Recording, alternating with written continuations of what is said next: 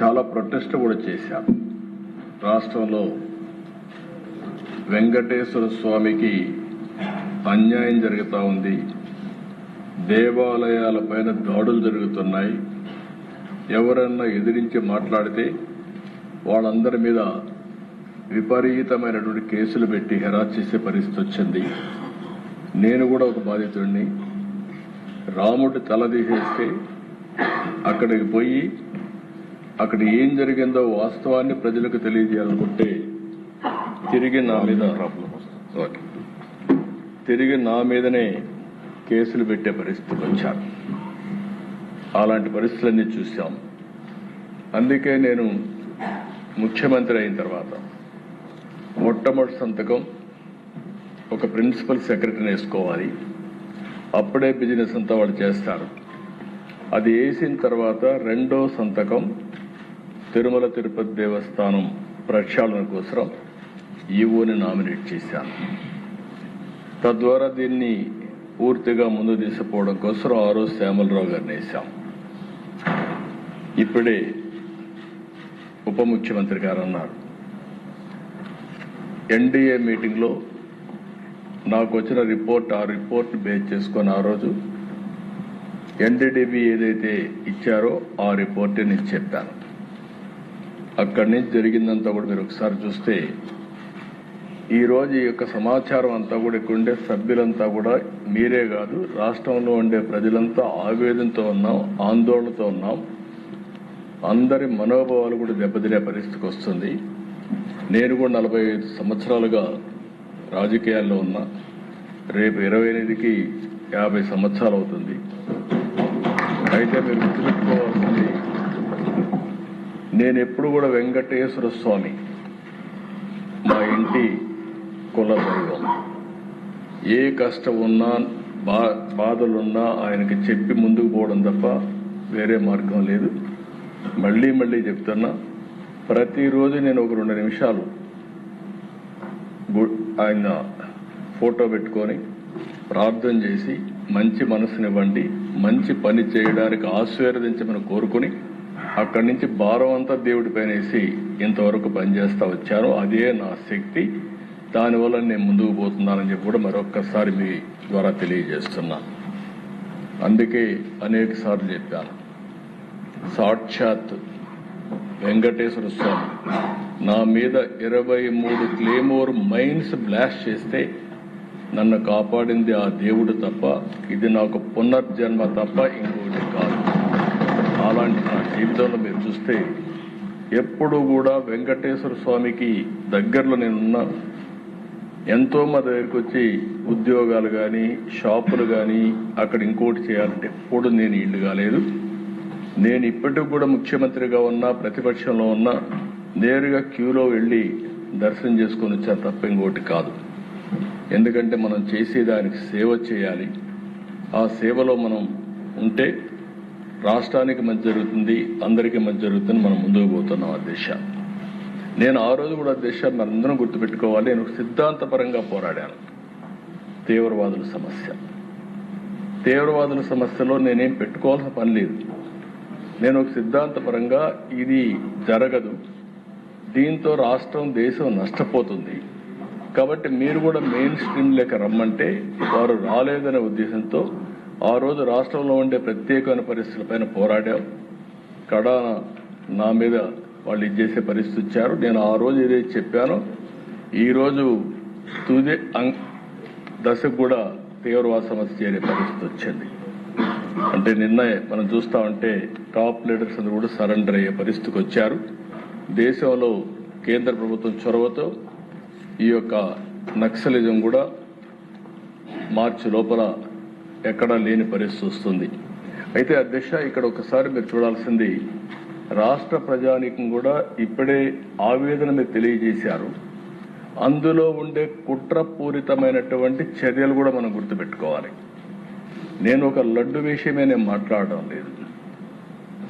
ఈ రాష్ట్రంలో బ్రిటిష్ వాళ్ళు పరిపాలించినప్పుడు కూడా వెంకటేశ్వర స్వామి జోలికి రాలేదు. అలాంటిది ఈ రోజు ఒక లడ్డు విషయంలోనే కాకుండా అనేక విషయాల్లో ఏం చేశారో మనం ఒకసారి ఆలోచిస్తే మనలో ఉండే ఆవేదన లేకపోతే మనం ఏం చేయాలనో బాధ్యత గుర్తొస్తుంది అధ్యక్ష. అందుకని దీంట్లో కుట్ర కోణం ఉంది. ఒక సిండికేట్గా ఏర్పడే పరిస్థితి వచ్చారు. ఇవన్నీ కూడా ఫారెన్సిక్ ఎవిడెన్స్లు చాలా వరకు ప్రూవ్ అయినాయి. దీన్ని ఏ విధంగా ముందుకు తీసుకుపోవాలో కూడా మనం మాట్లాడుకోవాల్సిన అవసరం ఉంది అధ్యక్ష. నెక్స్ట్ ఇక్కడ మీరు చూస్తే అధ్యక్ష, నేను అందుకే మహాపాపం అన్నాను. దీన్ని 59,71,000 కేజీలు ఈ యొక్క అడల్టరేషన్ జరిగింది. కల్తీ నెయ్యి వినియోగం చూస్తే 234,51,00,000 నిధులు ఖర్చు పెట్టారు. అదే కాకుండా ఆర్గనైజ్డ్ నేరంతో లడ్డు ప్రసాదం అపవిత్రం చేశారు. ల్యాబ్లకు కన్నుగప్పి టెండర్లు దక్కించుకొని, అంటే లీనియంట్వి లేకపోతే ఇది జరిగేది కాదు. 19-24 మధ్య కాలంలో మీరు ఒకసారి చూస్తే 20,01,00,000 లడ్డూలు కల్తీ నెయ్యితో తయారు చేశారు. అధికారులు, నిపుణులు, సిండికేట్ అంతా కలిసే ఇది జరిగింది. ఒకరు కలిసిపోయారు. దీనిపైన 23/1/2026 సిబిఐ ఛార్జ్ షీట్ వేసే పరిస్థితికి వచ్చారు. ఆ ఛార్జ్ షీట్ కూడా నేను సుప్రీంకోర్టుకు మళ్ళీ ఇక్కడ కూడా 2 విషయాలు మనం గుర్తుపెట్టుకోవాల్సిన అవసరం ఉంది. ఈ కేసు ఏదైతే నా నోటీస్కి వచ్చినప్పుడు నేను ఆ రిపోర్ట్ బేస్ చేసుకొని అనౌన్స్ చేశాం. ఉప ముఖ్యమంత్రి గారు చెప్పినట్టు ఆ రోజు మేము అందరం కూడా ఆలోచించుకొని అనౌన్స్ చేశాం. అనౌన్స్ అంటే నేను చెప్పాను, అడిగితే కూడా నేను వివరాలు చెప్పాను. అది అయిన తర్వాత దీని మీద ఒక సిట్ వేయాలని మేము ఆలోచించాం. ఇలాంటివి పునరావృతం కాకుండా చేయడానికి ఒక సిట్ వేయాలని చెప్పి ఆలోచిస్తే దానిపైన ఛాలెంజెస్ సుప్రీంకోర్టు పోవడం, సుప్రీంకోర్టు దీని మీద అధ్యయనం చేసిన తర్వాత ఇది రాజకీయ కాంట్రవర్సీ ఉండకూడదనే ఉద్దేశంతో రాష్ట్ర ప్రభుత్వం, కేంద్ర ప్రభుత్వం అధికారులతో ఒక సిట్ ఒకటేసి సిబిఐ ఆధ్వర్యంలో ఎంక్వైరీ చేయమని ఒక సిట్ కాన్స్టిట్యూట్ చేసే పరిస్థితికి వచ్చారు. అంటే ఆ రోజు పోయింది కూడా అధ్యక్ష సుప్రీంకోర్టుకి వైఎస్ఆర్ కాంగ్రెస్ పార్టీ వెళ్లారు. వాళ్ళు ఎంక్వైరీ చేసిన తర్వాత ఆ సిట్ అంతా ఫైనలైజ్ అయిన తర్వాత మొన్న కొన్ని రికమెండేషన్లని ఛార్జ్ షీట్ వేశారు. అదే సమయంలో రాష్ట్ర ప్రభుత్వానికి కొన్ని రికమెండేషన్లు చేశారు. అంటే ఎవరెవరు అధికారులు తప్పు చేశారో వాళ్ళందరిపైన మీరు యాక్షన్ తీసుకోండి అని వాళ్ళు మాకు ఆదేశాలు సిబిఐ రిపోర్ట్ పంపించారు. అదే సమయంలో టీటీడీ కూడా ఇందులో కొన్ని కరెక్షన్ చేయాలి, అవి కూడా చేయమని ఇంకోటి పంపించారు. ఆ రిపోర్ట్ టీటీడీకి పంపించాం. చాలా మంది అనుకుంటున్నారు ఇక్కడ మనమే చేస్తున్నామని. కాదు, 2 విధాలుగా ఉంది. సుప్రీంకోర్టు ఆధ్వర్యంలో జరిగినటువంటి సిబిఐ ఎంక్వైరీ, ఆ ఎంక్వైరీలో సిట్ వేసి సిట్ ఫైనలైజ్ చేసినటువంటి ఒకటి టీటీడీ ఏం చేయాలి, మనం ఏం చేయాలి, సిబిఐ ఛార్జ్ షీట్ వేసి కోర్టు కూడా ఫైల్ చేశారు.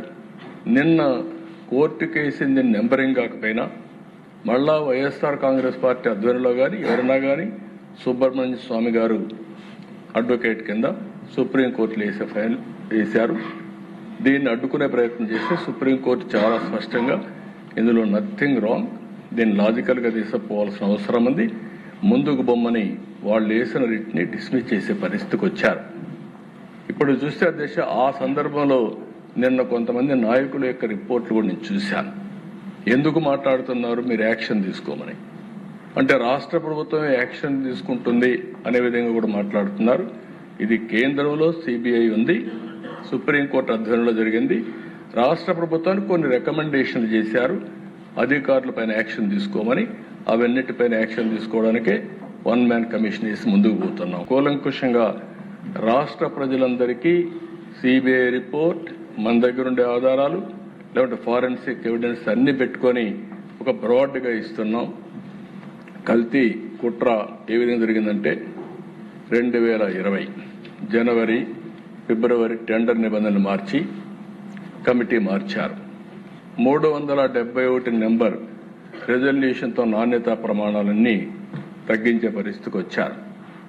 ఆ తర్వాత దేశ మీరు చూస్తే 2022 మేలో బోలేబాబా సంస్థపై ఫిర్యాదు విచారణకు ఆదేశించారు. 2022 బీటాసియోస్టెరాల్ తో నెయ్యి కల్తీ జరిగిందని CFTRI ల్యాబ్ రిపోర్టు వచ్చింది. ఈ రిపోర్ట్ 2022 ఆగస్టులో వచ్చింది. అది కూడా వచ్చిన తర్వాత ఆ బ్రీఫింగ్ టీటీడీ బోర్డు చైర్మన్కి చేస్తే దాన్ని ఆయన తొక్కిపెట్టే పరిస్థితికి వచ్చారు. 2024 కల్తీ నెయ్యి వ్యవహారంలో కీలక పరిణామం NDDB ఇచ్చిన తర్వాత ఇవన్నీ కూడా అందులో కూడా మీరు చూస్తే అధ్యక్ష NDDB రిపోర్ట్లో చాలా స్పష్టంగా రిపోర్టు నేను చూపిస్తాను. దానిపైన AR డైరీని బ్లాక్ లిస్ట్ లో పెట్టడం, సిట్తో 2024 అక్టోబర్లో CBI సిట్ వేయడం, అందులో FSSAI వాళ్ళు కూడా చేర్చారు. మొత్తం కూడా ఇవన్నీ ఉన్నాయని 26 జనవరి మొన్నే 36 మంది పైన ఒక ఛార్జ్ షీట్ వేశారు. నెక్స్ట్ ఇది చూస్తే అధ్యక్ష మొత్తం ఏ విధంగా జరిగిందని చూస్తే ఇట్ ఈస్ వెరీ క్లియర్. నెయ్యి పాలు ఏమాత్రం లేని కంపెనీలు, అలాంటి కంపెనీలు కెమికల్ ఏ విధంగా తయారు చేస్తారు గాడ్ ఓన్లీ నోస్. అలాంటి కంపెనీలకు ఇచ్చే పరిస్థితికి వచ్చారు. 19 ఆగస్టు టెండర్ నిబంధనలు సడలింపు చేశారు. 250 కోట్లకు టర్న్ ఓవర్ తగ్గించారు. 4 లక్షల లీటర్ల పాల సేకరణ సామర్థ్యం కూడా తగ్గించారు. 250 కోట్లను తగ్గించారు. 4 లక్షల లీటర్లు కూడా తగ్గించారు. బోలేబాబా డైరీ మారిన ఆర్ష్ ఫ్రెష్ డైరీ, అక్కడి నుంచి ఆర్ష్ ఫ్రెష్ డైరీ ఒకటి వాళ్ళు తీసుకొని అర్హత లేదని ముందుగానే తేల్చారు. వీళ్ళు తేల్చిన తర్వాత 70,000 కేజీల నెయ్యి సేకరణకు టెండర్లు పిలిచి టీటీడీ పాల సేకరణ లేదని ఆర్ష్ ఫ్రెష్ డైరీ బిడ్ తిరస్కరించారు. అదే సమయంలో 2019 అక్టోబర్ 2019 డిసెంబర్లో 2% కేజీకి ₹5 కమిషన్తో శ్రీ వైష్ణవి మల్గంగా మిల్క్ సంస్థల్ని కోరిన ఆర్ష్ ఫ్రెష్ ఏ విధంగా కొల్యూడయ్యారనేదానికి దిస్ ఆర్ ఆల్ ఎగ్జాంపుల్స్. అక్కడి నుంచి 2020 జనవరిలో వైష్ణవి ప్లాంట్ ను తనిఖీ చేసి ఉత్పత్తి సామర్థ్యం లేకపోయినా సిఫారసు ఇవ్వడం. ఫిబ్రవరి 2020లో నెయ్యి సరఫరా టెండర్లు నిబంధనలు భారీగా సడలింపు చేసి టర్న్ ఓవర్, అనుభవం, నెయ్యి తయారీ సామర్థ్యం లేకపోవడం వంటి అంశాల్లో మినహాయింపు ఇవ్వడం, ఎగ్జంప్షన్స్ ఇచ్చారు తెలిసి కూడా. 2020 మార్చి 27,200 కేజీల ఆవు నెయ్యి కొనుగోలుకి వైష్ణవి సంస్థకే సప్లై ఆర్డర్ ఇచ్చారు. 1 లీటర్ మిల్క్ సప్లై ప్రొక్యూర్ చేయని సంస్థకి ఇచ్చే పరిస్థితికి వచ్చారు. 21 మార్చి వైష్ణవి ట్యాంకర్ను పరిశీలించి సరఫరాకు అనుమతించిన RSSVR Subrahmanyam, doctor Venkataswamy Venkata Subrahmanyam. 21 July September 21లో బోలేబాబాగా మారిన ఆర్ష్ ఫ్రెష్ సంస్థ, బోలేబాబా సంస్థనే ఆర్ష్ ఫ్రెష్ గా మారి అక్కడి నుంచి కల్తీకి ఆర్ష్ ఫ్రెష్ డైరీ ఫుడ్స్ నూనె సరఫరా కొనడం ఎన్ని చేశారు. నెక్స్ట్